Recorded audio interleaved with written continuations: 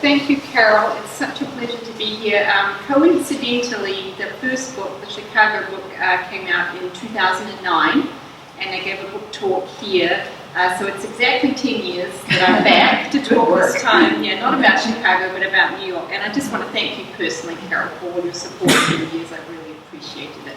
And thank you for the invitation to speak about the book in this venue. So, as Carol mentioned, now I'm going to try and get this right. Yay! The genesis of the book lies in teaching that I was doing at Parsons in the mid-2000s.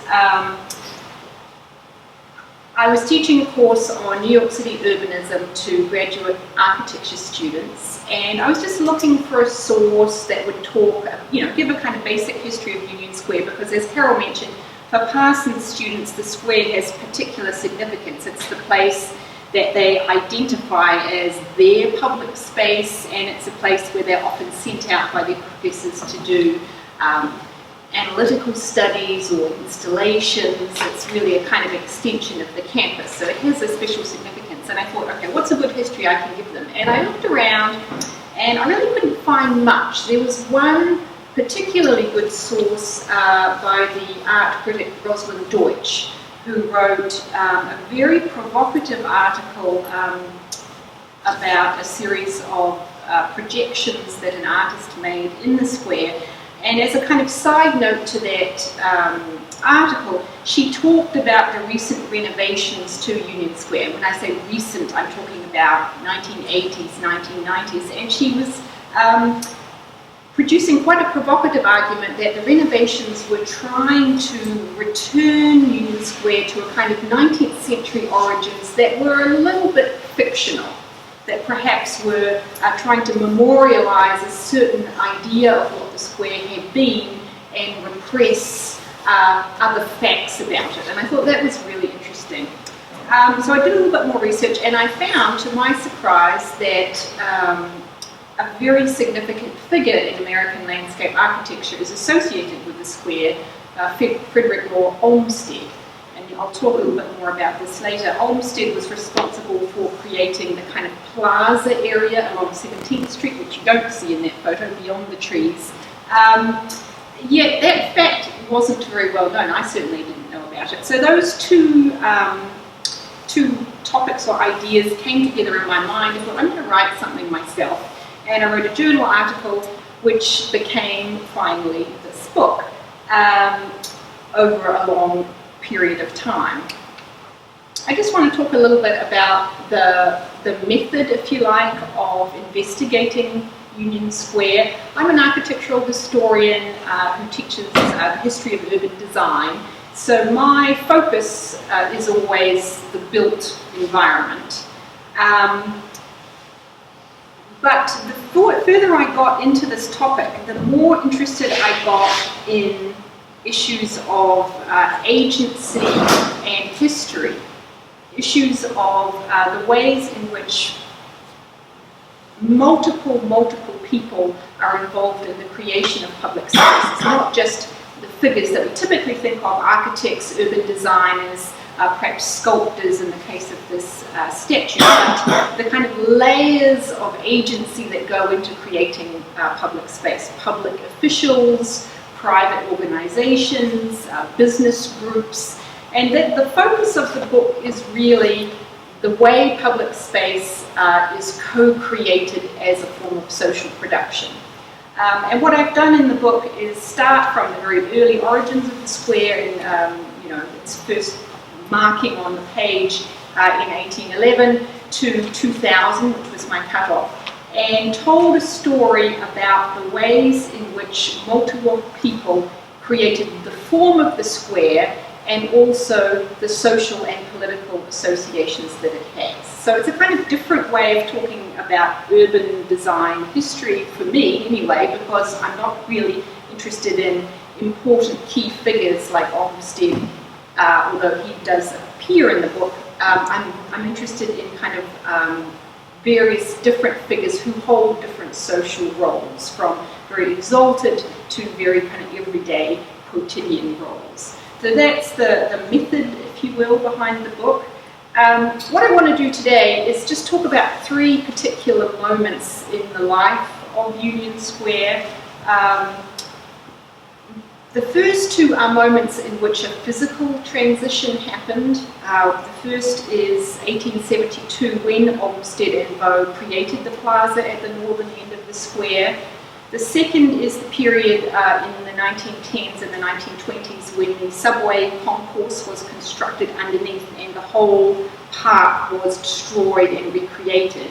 And then finally I'll talk in a more limited way about the kind of immediate post-war moment, the 1950s, which is a part of Union Square's history that I haven't heard much told before, and there's some very interesting events that took place that I think are perhaps resonant with some of the rhetoric about publicness and Americanness that we hear in public discourse today. So I'll finish with that, and then perhaps just touch on this question that we often hear, the privatization of public space at the very end. This suggestion that academics have been discussing for the last generation, that public space in the late 20th and early 21st century is somewhat perhaps threatened by private or commercial interests. And I want to just probe that question a little bit in conclusion.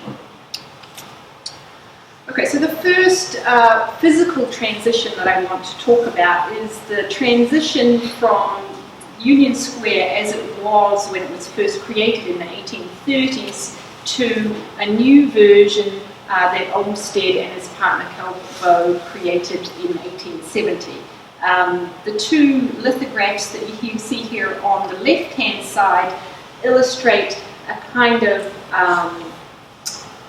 perhaps atypical American public space in our minds anyway, because it is a space that's very clearly modelled on European precedents. It's a gated or fenced off green centre in the middle of an urban residential area that is public in some senses, but in other ways really created for the use of the rather wealthy residents who live around it.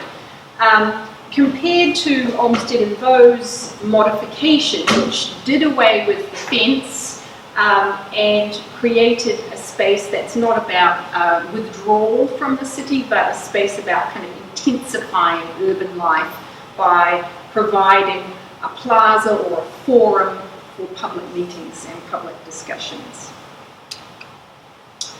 Okay, so the bottom image is one that I'm sure you've seen before. It's a very much reproduced print by John Bachmann, who was a Swiss printmaker, looking south from Union Square to the port, and in this image he's illustrating famously the whole of New York as it existed in that time, in 1849, with Union Square as the northern terminus, the port as the southern terminus, and everything that is in between.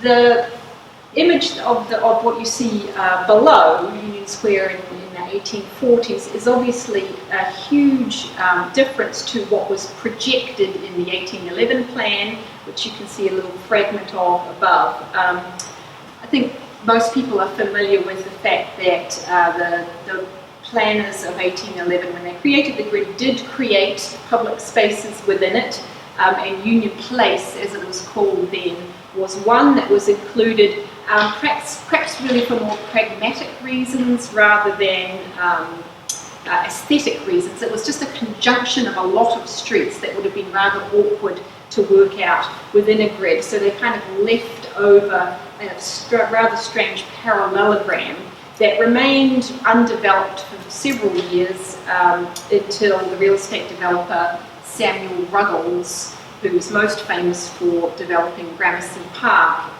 lobbied the government to have Union Square improved, in his words. Improved meaning modified to make regular in form, decorated with trees and a fence, and also serving as a kind of locus for real estate development. If this kind of ornament to the city was placed there, he argued it would be an impetus for real estate development in the area. Just to go back for a second, and then in 1842 the fountain was built in the middle to celebrate the opening of the Croton Reservoir Aqueduct, and that again became a kind of an amenity for really the residents of the area, who were at that time the kind of wealthy businessmen who were building the city. So as you can see in that image, it has a kind of secluded nature. It's very much about planting, about withdrawal from the city, enjoying the benefits of shade and this kind of splashing water, which would be, obviously very lovely in the summertime.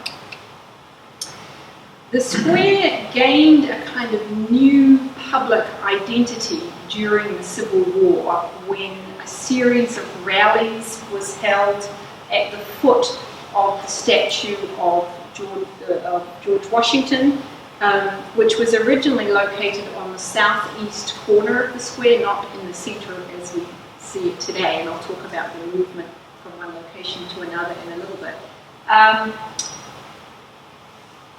The statue seemed to be a sort of fitting focal point for this rally that was organised after the attack on Fort Sumter, in which New Yorkers came together. There's a longer story about a kind of previous ambivalence about support for emancipation, and the black population is a kind of abstract referent rather than being absolutely represented. I just want to draw your attention to the buildings behind Lincoln, which suggest a kind of change to the function of the square that had happened immediately after the Civil War. It ceased to become a residential area and became much more commercial. You can see from the signs on the building that the garment district in Soho started to move further and further north. It jumped over 14th Street, and the so-called needle trades started to build buildings, showrooms for their products around the square, and it became really a commercial centre rather than a residential centre. Prompted by and prompting some very innovative architecture in the area. This one, I just put this image in, it's not on Union Square, it's on Broadway just to the south, but I just am continually amazed about what a phenomenal building this must have been. And when it was produced, the A.T. Stewart department store in the 1860s, the scale of it is incredible, and the kind of relentlessness of this kind of cast iron facade was very much remarked upon at the time, suggesting to architecture critics a kind of commercial imperative for American architecture, which they didn't really appreciate, but nevertheless it kind of set a precedent. And the same architect designed the famous Tiffany building on the side of Union Square, which is still there in a different form without its facade on it.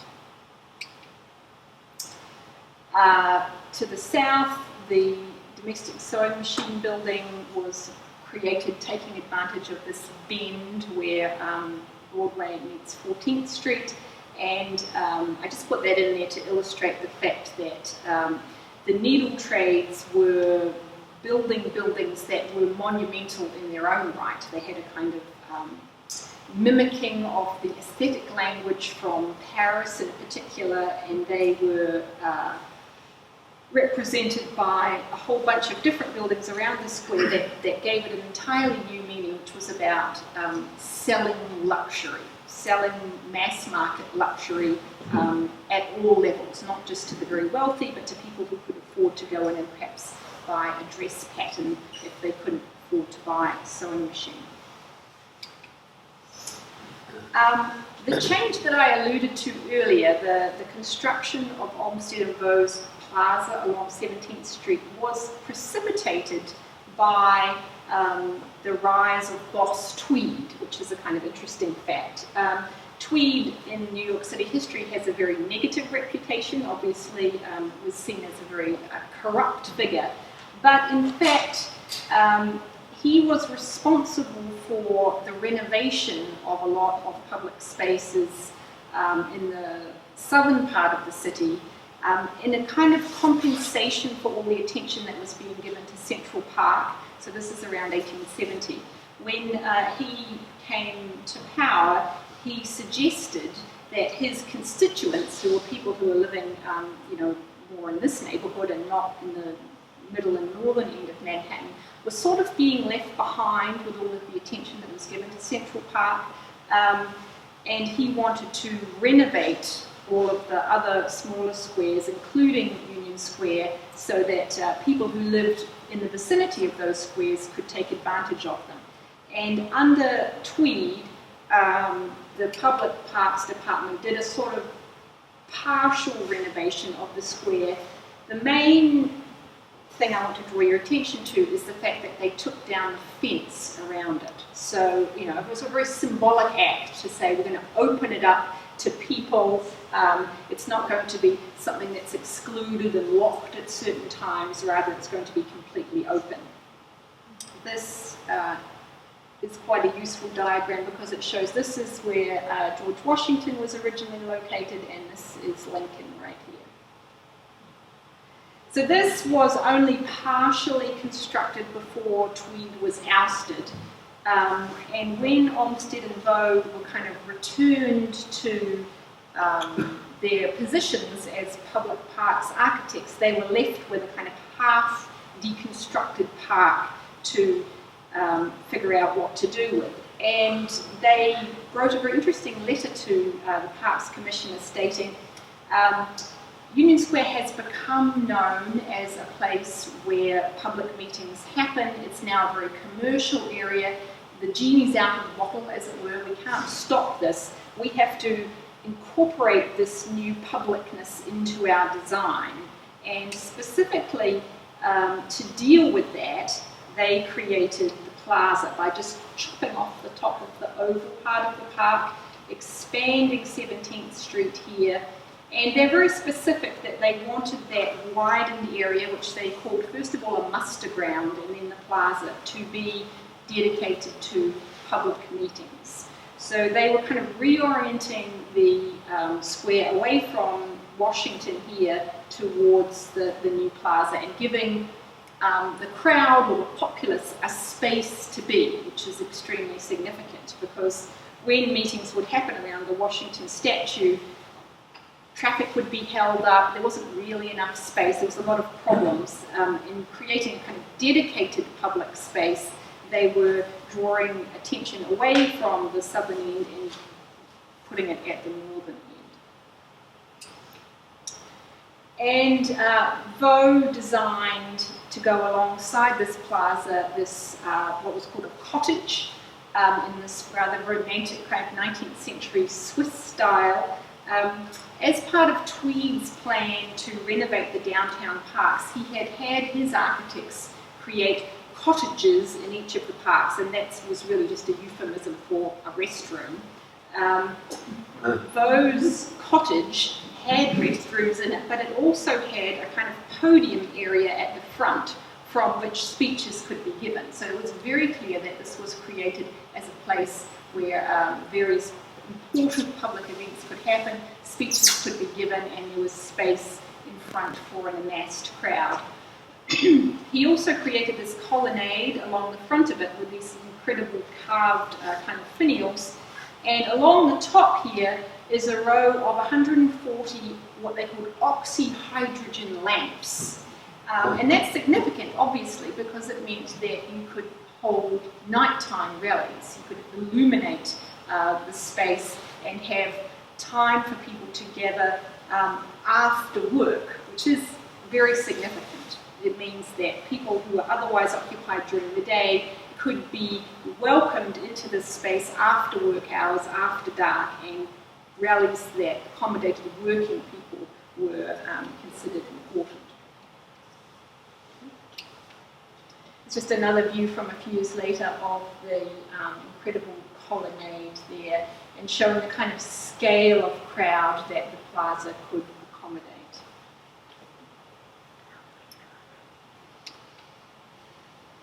I got really interested in the precedents for the plaza when I was doing the research, and something I discovered, and this is just my speculation, and perhaps people here have more information than I do.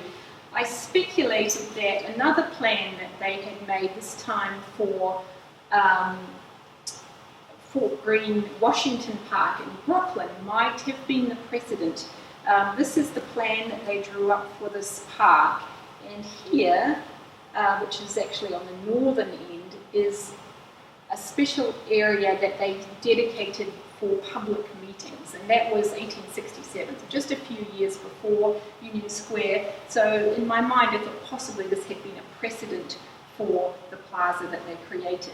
And again, I think that's interesting in terms of our knowledge of Olmsted. We always think of him as somebody who was very invested in this kind of romantic idea of urban parks, but from these plans for other smaller parks, it's clear that he had a very kind of urban idea for them also, and he very much incorporated the belief that they were places for political and public gatherings, not just places for individual passive leisure and recreation. So once the plaza was built, it became very well used, and it really achieved a huge prominence in 1882 when the first Labor Day parade was held through New York City, culminating in the plaza, an incredible parade of massed unions the likes of which the city had never seen before, thousands and thousands of people, an incredible publicity exercise on the part of this umbrella union called the Central Labour Union, trying to overcome a kind of public image of working class meetings as confrontational, disorganised, possibly violent and aggressive. This is all coming in the wake of the famous Tompkins Square riot from a few years later. They wanted to set up a kind of what they called a monster rally of working New Yorkers that would be celebratory, dedicated to showing the contribution that working class people made to the city in a really positive way, rather than being some kind of confrontation between labour and capital. And by and large, that was really successful. And I think we can credit the provision of this plaza space as a stage for the rally for part of its success. This was a platform on which working people could show themselves as a cohesive, positive social force, and argue, in this case, for political power, because the subtext behind the rally is that the union was going to run its own candidates in the elections of the following fall. So they wanted to be seen as a legitimate political force. And that started a tradition of Labor Day parades. Here's a photograph from one in the same spot just a few years later that was taken up in other cities, and it became a national holiday before the end of the 19th century. So by the late 1880s, early 1890s, Union Square had, somewhat by accident, earned this association with working class political activism. This was a place where important working class and union rallies and meetings were held, and they were legitimised by being given a space in which to take place. Okay, I'm going to move on now to my kind of second transformation of the square, which, as I say, took place in the 1910s and the 1920s, when the subway lines that were put through Union Square necessitated the entire existing park to be completely destroyed and dug up, and resulted in a very different kind of image of a public space that you can see here on the right, much more classical, much more in a kind of Beaux-Arts tradition, and with very different associations laid over the top of it. And I just want to talk through those associations a little bit. just picking up on where I left off in my previous point, so Union Square started to become associated with working class political meetings,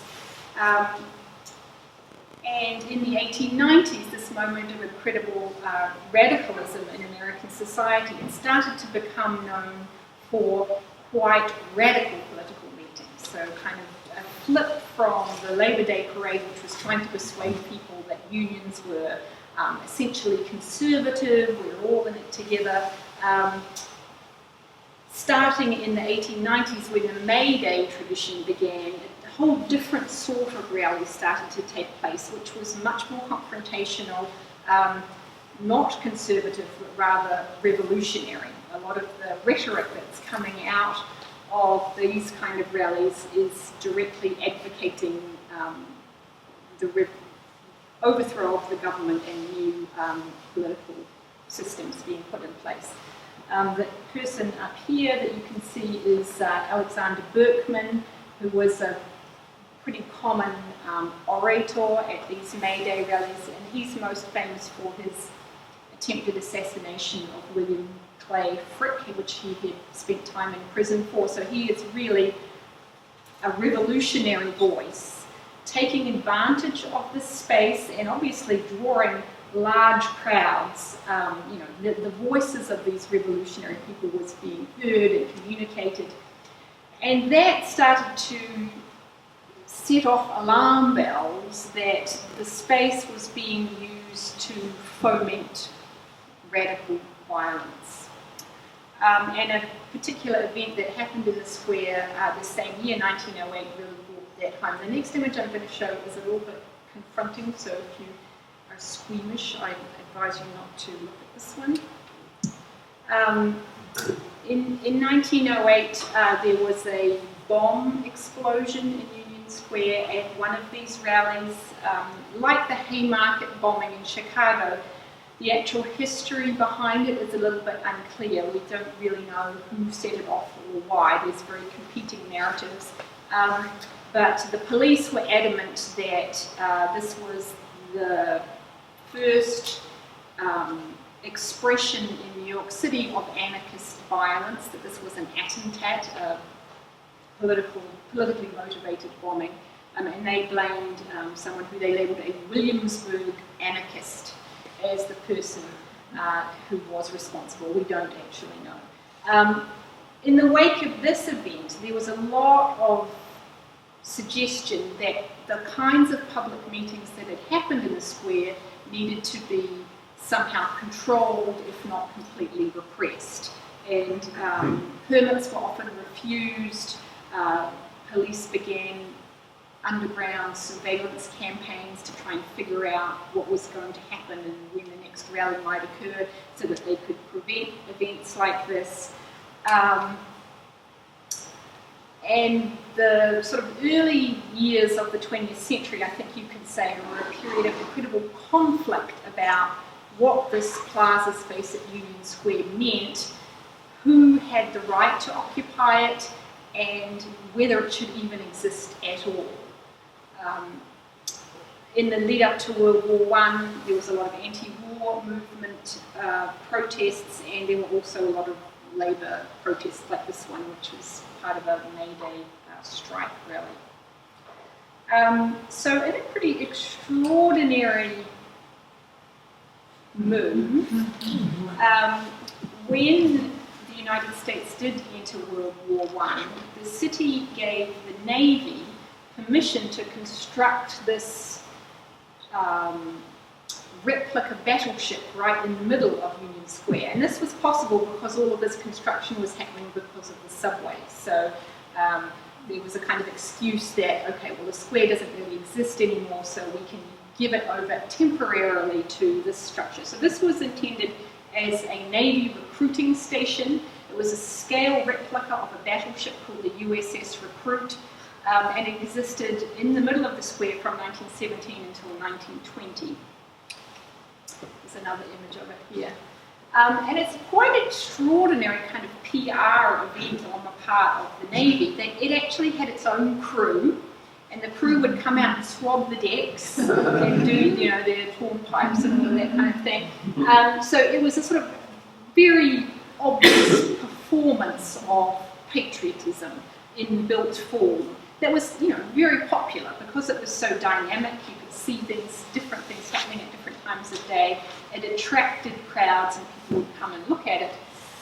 So for that period, that World War I period, you had a kind of coexistence of the radical meetings happening in the plaza and the recruit. As I say, the recruit was taken down and moved actually to Coney Island in 1920, but that didn't stop the association of Union Square with radical political movements. I think most people are very familiar with the 1920s and 1930s, the kind of social life of the square during that period was very much focused on this building, which was the headquarters of the Communist Party of the USA, which moved from Chicago to New York around about 1930, and they had this very popular cooperative cafeteria in the ground floor, which was a kind of place that would draw people at all times of day to, talk radical politics.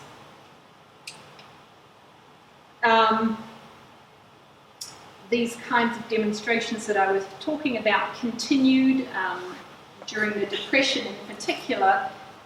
There were large meetings of the unemployed. The image that you're looking at here is actually of a so-called riot that took place in 1930 when a meeting of unemployed people started to march south from the plaza to City Hall against the express wishes of the police, and the police rode into the crowd and started breaking it up by force, creating a huge number of injuries and a huge number of people being arrested. So this, again, suggests a kind of incredible conflict about what the plaza could be used for, who could occupy it, and in what way, and a sort of a fundamental disagreement about people's right to occupy the space. At the same time as those events are happening, the city is planning what is the square going to look like after the subway construction has been completed, and various proposals are put forward. These are two different versions. This one on the right is more similar to the one that was actually finalised, and you can see that something quite interesting has happened. The statue of Washington that was here has moved here, and the statue of Lincoln that was here has moved here. And so these two statues that were quite peripheral are now suddenly on the main axis of this kind of Beaux-Arts symmetrical plan. And the city's intent, I think, was to sort of reinforce a kind of conservative patriotism by saying we want to deter attention from what's happening up here in the plaza and put attention onto these two important historical figures, Lincoln and Washington. And in that way, they were trying to argue that the kind of democratic nature of the square was not really about people gathering and acting today in the present. It was about memorializing democratic figures from the past, using aesthetics and planning to kind of hammer home an idea that that we should be looking to the past rather than the future. So that's an image of the square very soon after all of that had been completed, and you can see the Washington statue in the middle. Because of the Depression, a lot of the planting wasn't replaced for several years, and there was a lot of kind of outcry about the poor state of the square because it was basically this barren dirt for quite a long time. But when the 100th anniversary of the square was celebrated in April 1932, it was a cause for this sort of great celebration. This building here was constructed replacing Olmsted and Vaux Plaza, which I think is quite interesting. So Olmsted and Vaux Cottage was demolished, and this kind of neoclassical building was created in its place. And there was a great kind of ceremony about the 100th anniversary that included a lot of period costume people in 1832 dress, and also demonstrations of riot drills by the police. So for reinforcing the idea that the people who remade the square wanted it to be not associated with radicalism, but associated with a kind of conservative political tradition. Okay, the last moment that I want to talk about is not associated with any kind of rebuilding per se. It's rather about the staging of a series of events inside the square in the post-war years. Obviously, I don't need to tell you about the state of New York in the post-war period and the kind of leaching of population out of Manhattan into the new suburban periphery, and the sort of economic disinvestment in building in parts of Manhattan, including this one, which caused the Union Square area to become somewhat downhill. It was still, very popular and hugely visited, but it didn't have the kind of cachet that it had in previous years. And in response to that, a group of local business owners, including Samuel Klein, whose eponymous store, S. Klein, on the east side of the square, was quite a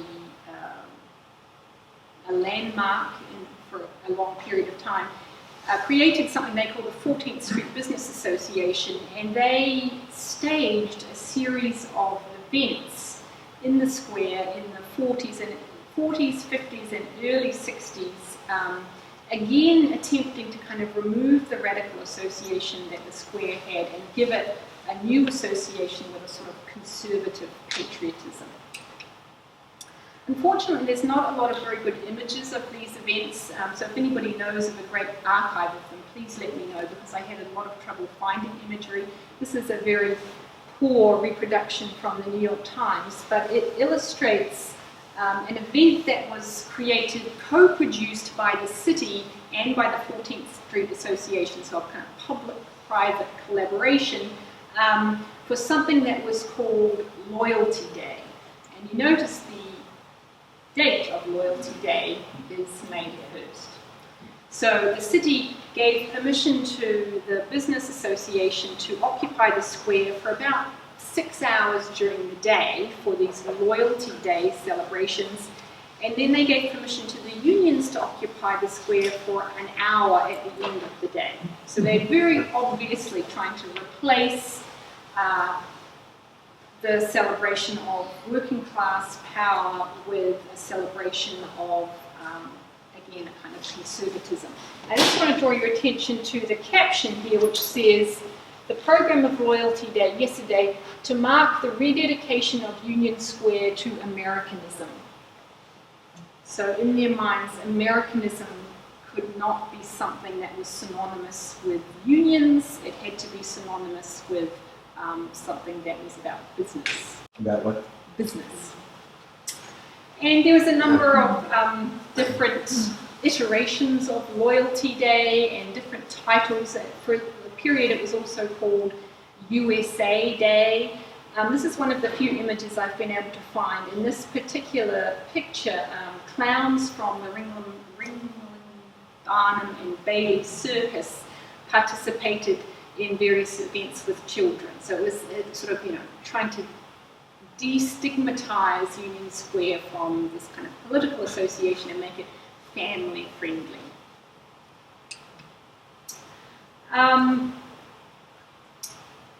At the same time, what had been the plaza area was quite conspicuously allowed to be given over, first of all, to a parking space, which you see in the 1942 New York Times image, and then an auto pound a few years later. So just the simple act of putting automobiles onto that surface prevented it from being used from any kind of mass demonstration, and that's obviously not an which isn't to say that the square totally ceased to have any kind of radical associations. All the way through the 1960s, events were held there, including this one, which is a draft card burning in 1965, and these were authorised by the city. They gave permits for these kinds of demonstrations, so there was a kind of unhappy coexistence between these kind of events. What's interesting about this image, I think, is the presence of these film cameras at the bottom of the slide, which starts to suggest that this kind of political action is increasingly being staged for a virtual audience, people who are not physically there, and over time, obviously, that has only increased, and these kind of political activities are less specifically place-bound in the late 20th century than they were in the 19th and early 20th century. I'm not really going to talk very much more about the more recent history, although there is a chapter about this in the book, except to say that the city's reinvention of the square in the late 20th century carried with it vestiges of all of these traditions that I've been talking about, from a kind of business-oriented renewal. For a long time, the S. Klein store on the east side was vacant and really seen as an eyesore, and various proposals were made to do something with those buildings, including a student studio project on Parsons from the 1970s, where they have these great kind of 70s super graphics superimposed over the buildings, towards what has probably been the most successful event staged in the square that led to its reimagining in new terms, which is the creation of the Greenmarket, which started in 1976 as a city-sponsored scheme. In 1976, the city promoted green markets in a series of places around the city. Union Square was one of them. And at the beginning, it was open 1 day a week in summer, and then over time, as we know, it's become more and more successful and much more of a presence. In the book, I talk quite a lot about the use of the green market as a way to continue this kind of depoliticization of the square, in that it was very much promoted as an amenity that would make Union Square a desirable residential area. In the 1970s, when the city was very interested in having people move back to the city and having these buildings become re-inhabited with desirable residents, which leads to the present day that I won't talk about in any great detail, except to say that, in a way, the history of the square sort of has come back full circle to its origins as a rather upscale residential area, and although demonstrations and political events still exist, they are seen as being given special permission to take place rather than taking place there as of right. Which kind of gets me to my final point, which is about this issue of the so-called privatization of public space. Certainly academic and scholarly writing from the 1980s to the present day is very invested in this idea that public space is being more and more compromised by commercial pressures, and that the kind of activity that you see happening on the top of the slide is much, much more less likely to take place. It's not given room or given permission to happen. But what I want to kind of say in summary through the study of Union Square that I've written is that, in my mind, the kind of pressures between private and public, residential and commercial, have always been there, and they will always be ongoing. I think people who write about the privatization of public space sometimes make the mistake of thinking that there was a kind of perfect past in which ideal public places existed that were free of these kind of pressures. To which I would respond that this ideal is always an idea that we aspire to, and we have to continue to aspire to it using activism and lobbying and pressure through voting, rather than just assuming that it's been lost. We have to continue to fight for it. Thank you very much.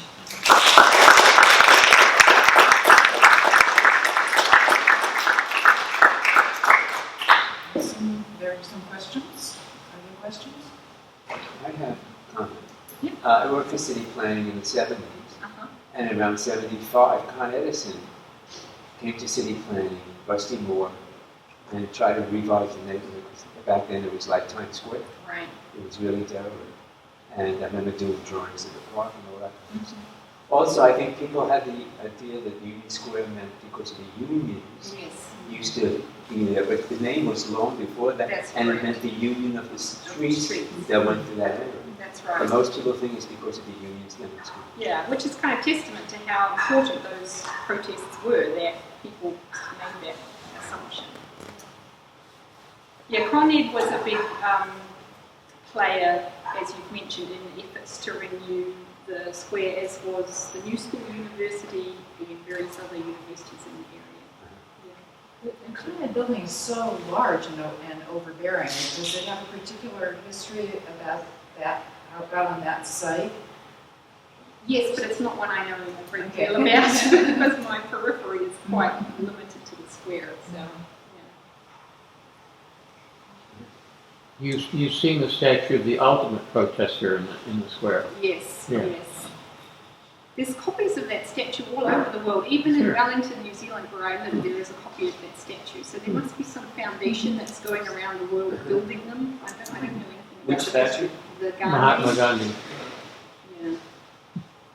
Yeah. Yeah, the ultimate peaceful protester. Yeah. Yeah. I can't seem to remember, but is there a fountain still in that park today? No, the fountain was removed a very long time ago. Yeah, when the subway was constructed.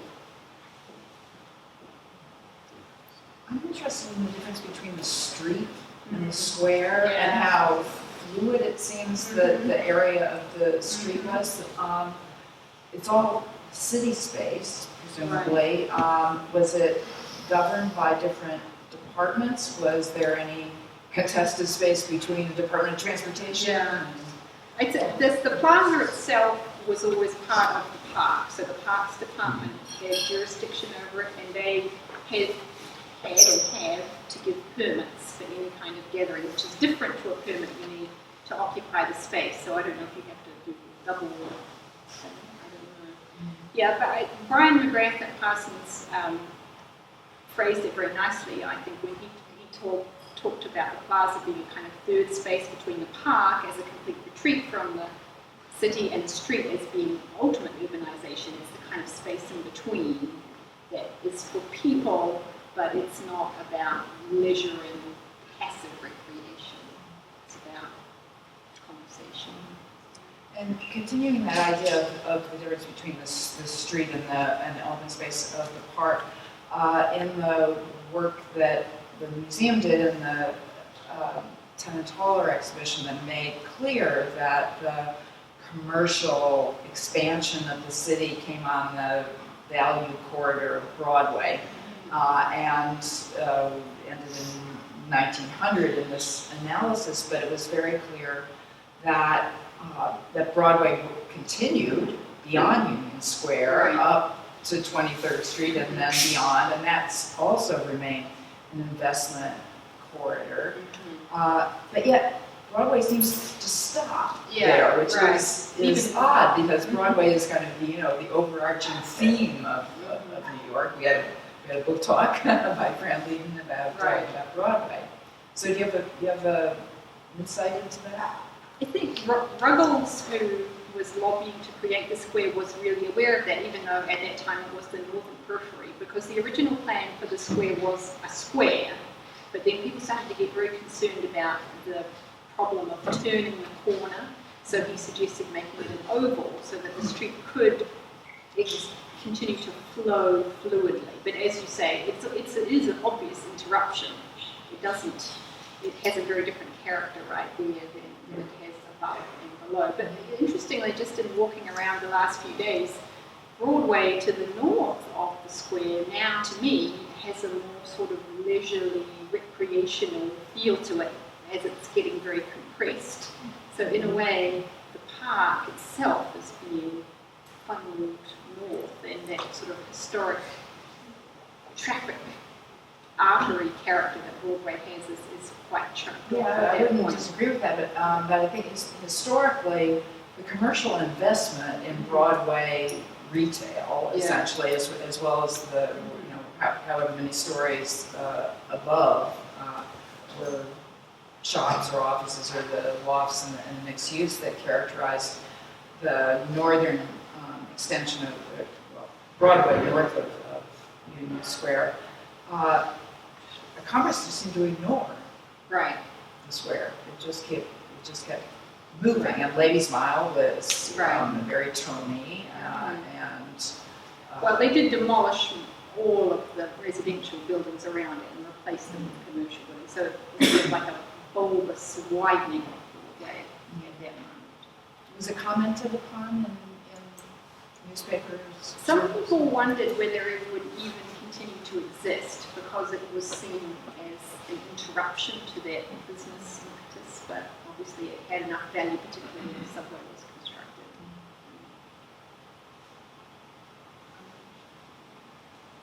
You had made a connection between the public space at Fort Greene and the public space here, sort of implying that that was something Olmsted Right. integrated. Do you think that was Olmsted integrating that, or do you think those were dictated by the city of this has to be incorporated into your plan? That's a good point. I mean, it's certainly the case that the idea of a muster ground in a park is a very traditional component where some kind of militia might do parading. And the distinction between the public gathering spot and a muster ground is a very grey area, and certain drawings they're labelled with one label and other drawings they're labelled with another label. So it's not something that they invented, but at a certain point in time it ceased to have that kind of military connection and became more about public meeting. But you're right, I don't know exactly. Okay, yeah, because in the Brooklyn Park system, they integrated a parade ground formula. Right, yeah. Is that right? Yeah, I think that was common in 19th century parks. Yeah. So it's always fun to see a photograph of S. Klein's. As a child, I remember what my mother couldn't buy on Orchard Street. We got on the train and we went uptown to S. Klein's on 14th Street and we could get it there. So it's great to see that. I was thinking about maybe 20 years ago, 15, 20 years ago, there was a giant problem with homelessness in the park. Right. It's probably still prevalent, but not as much as before. They're always trying to find a way for that. And I also wanted to comment on Samuel Ruggles. He seems to be the Robert Moses of his day, Yeah. with Madison Avenue and Lexington Avenue, and that park over there on 20th Street, Gramercy Park. Yeah. And I didn't know that he had so much to do with this one, isn't he? Yeah, I mean, and it is amazing because he was a private citizen.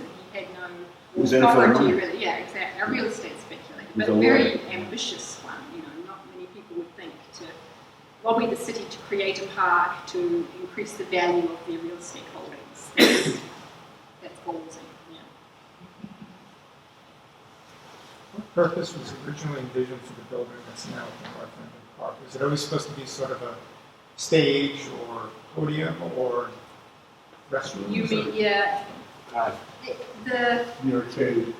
the arcaded building? They had a bandstand in it, I think, so it was meant to be for it's in concerts and things. the Goldman Band. That was Yes, the yes, conductor. yeah. But so so But they I think they also were up in Central Park. right. the Goldman. They wanted to And they had shop up replace that kind of radical tradition with a much more kind of passive idea about concerts. which is sort of fascinating to me that when there was a proposal that it incorporate a restaurant sometime in the... Who was there? Yeah, there was a lot of public outcry about how it's such a beloved building and we can't give it over to private interests, but it was actually created to repress public use of this square. You kind of forget that history. David. So now that you've delved into this park, have you thought about comparisons to other parks that we might learn from, or that you've learned from? How does this stand as an example of New York's development, let's say, in parks or others? Such a teacher's question. The answer is I haven't got my head above the parapet of this project enough, but obviously I want it to be relevant to more than just that one small area, and I'm hoping that the various arguments that I've made can be transferred to other spaces. Because your argument about privatization, etc., takes me to Bryant Park, where those arguments are still in play, and, Yeah, absolutely. and those processes are still being debated in some ways more intensively than here, Right. probably because of the real estate values around Right. Bryant Park area. Right. And so it's, I think it's just the uses of the park, especially the Greenmarket, and the place of commerce in spaces loosely called public. It seems to have always been a kind of ambiguous territory, Right. and I'm wondering if if looking forward, that's going to become even more ambiguous or more difficult when you have places like Bryant Park, in which it almost seems like a commercial operation. Yeah. Well, the tipping point obviously is the creation of the Business Improvement District, which Union Square had the first Business Improvement District, and they, once care of these public spaces is given over to those entities, I think you're right, it does enter a different kind of territory that is something that we should be wary about. But the historian in me says that that kind of business involvement has its roots at the very beginning. So you can't say it's like a kind of binary divide. It's a kind of exacerbation of something that already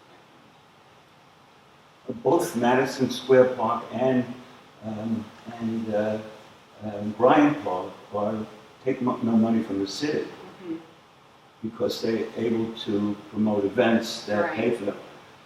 Does Union Square in any way, shape, or form have that as well, or they're paid for by the city? I don't know. I think they're paid for by the city. Yeah. Yeah. I don't know. There might be others there who know the answer.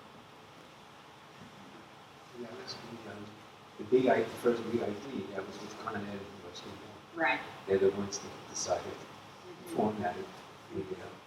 Yeah, it's an interesting model and heavily debated This seems to be a good opportunity to thank Joanna. Take a look at the book, which is beautifully produced, beautifully illustrated, and of course beautifully written, and thought through and conceptualized. So let's take the opportunity to thank her, have a reception.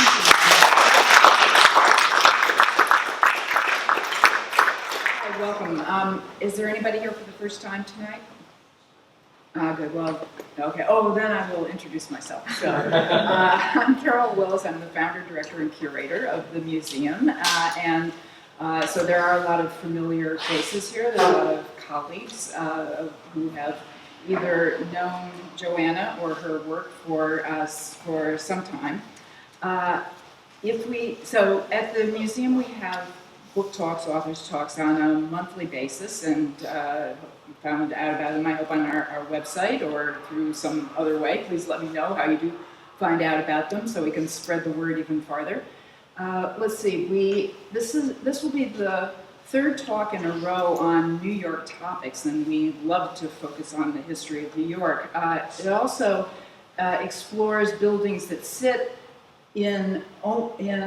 urban spaces, in adjacent to public spaces, we had the Plaza Hotel talk in August. We had Madison Square Garden as a building and as a venue and a place in the city last month. And this book, Designed for the Crowd on Union Square, is so kind of the third of the foci on topics that that I think celebrate New York and its history in a way that is very close to my heart and to the heart of the museum, sort of seeing New York as a place of urbanity, of spectacle, and akin to the subtitle of this book, Patriotism and Protest in Union Square. Now, this is going to be kind of a rambling introduction of Joanna, and it will sound maybe like somebody who's in her position rather than mine. I'm sure she'll be much more coherent. But she's suffering from jet lag because she gets the award for the person who came the farthest ever to give a talk at the Skyscraper Museum, because she's just here from Wellington, New Zealand. She has a history in New York, and she's only been on this side of the timeline and 17 hours off for about a day and a half. So every excuse that you would be allowed for doing things backwards should be accepted. But Joanna has a kind of seated history in Union Square because for many years, how many? She taught at 11 years. I did exactly the same. Taught the history of architecture and various topics at Parsons School of Design at the new school. So Union Square was the front yard, I suppose, rather than the backyard of Parsons. And a place that in the time that she was here and left to become a professor at the Victoria University in Wellington, New Zealand, back in 2014. But she continues to work on these topics that are American, and as you will understand from, or maybe not understand so well from your accent, she is from New Zealand originally. But she has been a historian of American architecture, and especially the Chicago School, for the subject of her first book with the University of Chicago Press, Chicago 1890, The Skyscraper and the Modern City. So her interest has always been the connection of the building and the street and the public space, and exploring that as a kind of arena for urban activity. When I saw her back last spring in Chicago at a conference there, I found out that this book, which I had heard about in some of the very earliest stages of her research, was about to come out. I said, well, we definitely need to come to New York to do that. And this trip was not just on our behalf, but rather as part of her whirlwind urban tour of the U.S., whereas next week a number of us are going to be at Chicago at a conference on organized by the Council of Tall Buildings and Urban Habitat and the Society of Architectural Historians on the origins of the skyscrapers, skyscraper firsts. And Joanna is one of those experts who has given dimension to, or let's say dimensions to the subject of vertical buildings. So, well, without further ado, let Joanna take over and regale us with some of the history of Union Square. This book arrived yesterday, so I've only dipped into it myself, so I'm very excited to see your presentation.